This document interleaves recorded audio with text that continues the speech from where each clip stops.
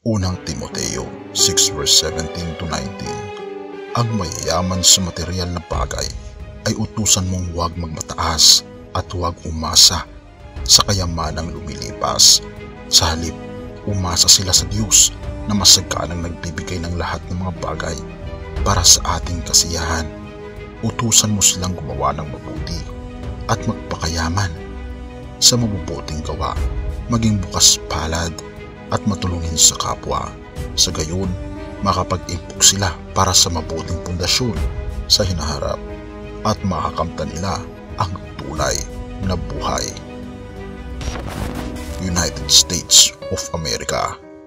Ito ang pinakamalakas na bansa sa ating panahon ngayon na tila baga hindi natitinag at hindi babagsak.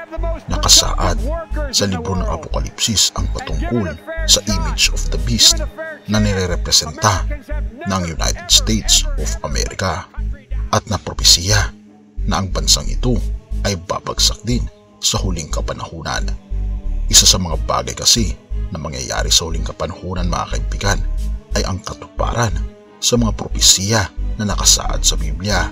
Ilan sa mga ito ay natutupad na, katulad na lamang ng mga digmaan sa iba't ibang dako ng mundo, ang pagkakaroon ng tagutom at mga sakuna na hindi natin kadalasang naiintindihan. Ngunit ito ang binabanggit ng Biblia na malapit na tayo sa patutunguhan ng ating mundo. Maging ang mga sayentipiko ay binabanggit nila na ang ating mundo ay hindi na magtatagal. Kaya naman hindi nakakagulat na maging ang United States of America na binabanggit sa Biblia ay talaga namang babagsak, at ito ang hudyat at katapusan ng ating mundo. Atin itong pag-usapan, mga kaibigan. Ang content pala na ito ay handog sa inyo ng The Great Controversy, ang librong nakakalam ng ating hinaharap, at base sa aking experience, lalo ko pang naintindihan ang ibig sabihin ng mga binabanggit sa Daniel at Revelation, at paano mo mas maintindihan ang mga bagay na nangyayari sa sanlibutan, at paano mo maihanda ang iyong sarili sa hinaharap. Ang Great Controversy ay hindi lamang isang libro, kundi ito ay isang telescope upang mas maintindihan mo ang binabanggit ng Biblia at makita mo ang plano ng kaaway upang sirain tayo sa hinaharap, at upang makita mo rin kung paano magtatagumpay ang ating Panginoong Diyos sa buhay natin sa hinaharap. Mula sa 4,900, ito ay nasa 799 na lamang, at limited stocks lang talaga dahil pinag-aagawan ngayon ito sa merkado. Kaya kung interesado ka, ay click mo sa ibaba ang link para sa iyong order. Salamat kaibigan, at tayo magpatuloy.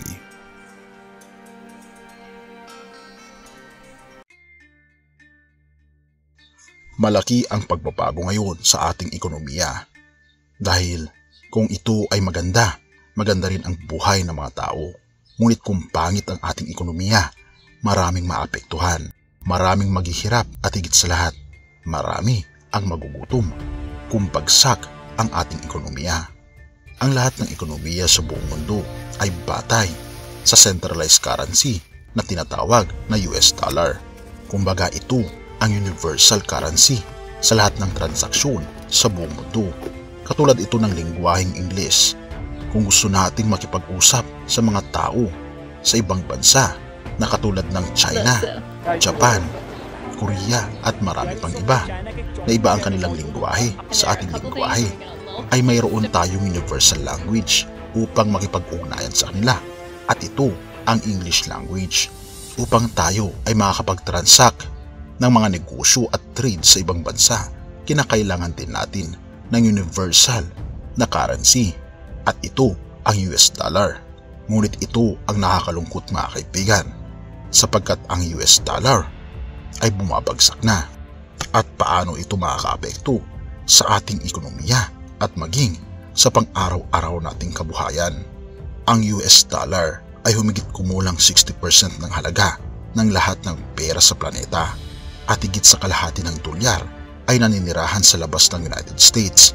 Ang dahilan kung bakit ang bawat bansa ay may US dollar ay una sa lahat, iyon ang ginagamit ng mga sentral na bangko sa mga reserbang pera.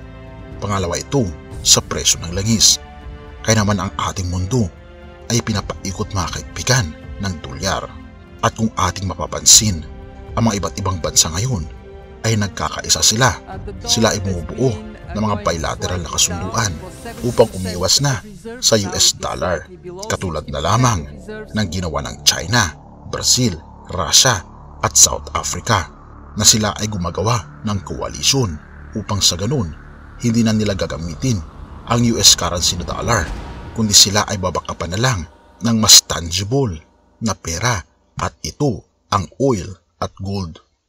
Oo mga kaibigan, sinusubukan nilang iwasan ang paggamit ng US dollar tulad ng ginawa ng Iran na pinagbabawal na ang paggamit ng US dollar, kaya naman ang karamihan sa kanila ay nagpa-wire transfer ng kanilang mga pera mula sa US dollar patungo sa kanilang currency, at ito ang pinakamabilis na sistema, ang paglipat ng dolyar patungo sa mga account ng mga tao. At nagsimula na rin ang Iraq sa pagbebenta ng langis, hindi sa pamamagitan ng US dollar kundi sa yuan. Pinag-uusapan nila ang paglikha ng gintong dinar at pagbebenta ng langis para sa ginto.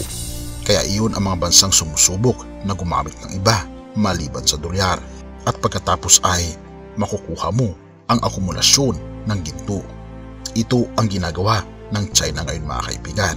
Sila ay naglilikom ng mga ginto ng napakalaking gold reserve sa kanilang bansa, at ang mga partners ng China sa pag-accumulate ng mga ginto na ito ay walang iba kundi ang Germany, Venezuela at ang Bank ng England. Patunay lamang na ito na ang kamatayan ng US dollar mga kaibigan.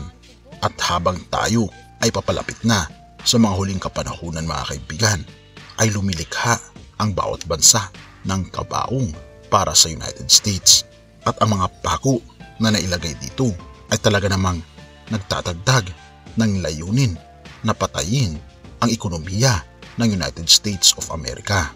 At habang sunod-sunod mga kaibigan ang pagbebenta at pag-i-eliminate ng US dollar sa kanilang ekonomiya, ay nakikita natin na ang mga kasunduan na ang mga bilateral agreements sa United States ay nagiging mas marupok at nagbabadya na ito ay guguho.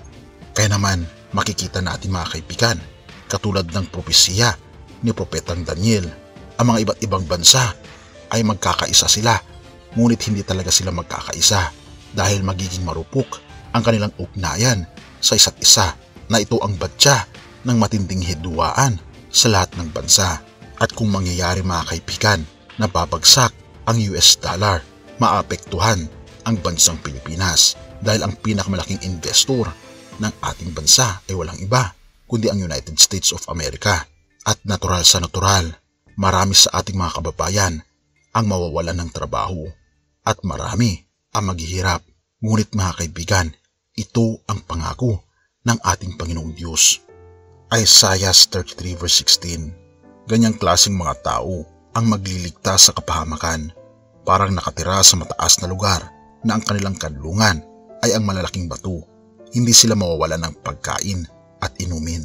Oo mga kaibigan, ito ang pangako ng ating Panginoong Diyos sa atin. Kung tayo mga kaibigan ay nagsurrender ng ating buong sarili sa ating Panginoon, ay hindi niya tayo papabayaan kailanman.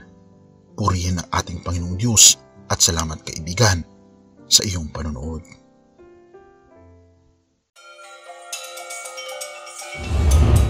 Isipin mo ang pagkakaroon ng kaalaman upang makita ang likod ng kaguluhan, upang makahanap ng pag-asa sa gitna ng kawalan ng pag-asa, at upang maunawaan ang tunay na mga puwersa na kumikilos sa ating mundo.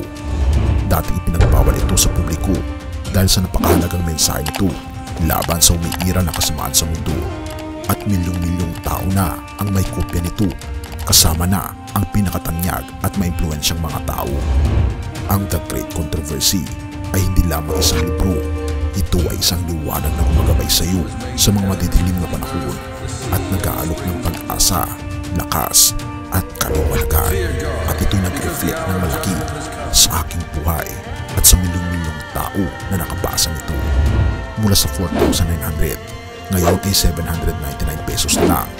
Libre ang shipping, limitado ang stock. at hindi lahat ay magkakaroon ng pagkakataon na makakuha ng librong ito dahil sa kakaunti lamang ang kopya nito. Halos ipamigay na namin ang librong ito dahil gusto lang namin na makita mo kung ano ang nakita namin na magbubukas ng mas maliwanag at masayang kinabukasan mo. I-click ang link sa ibabang description para mag-order ngayon.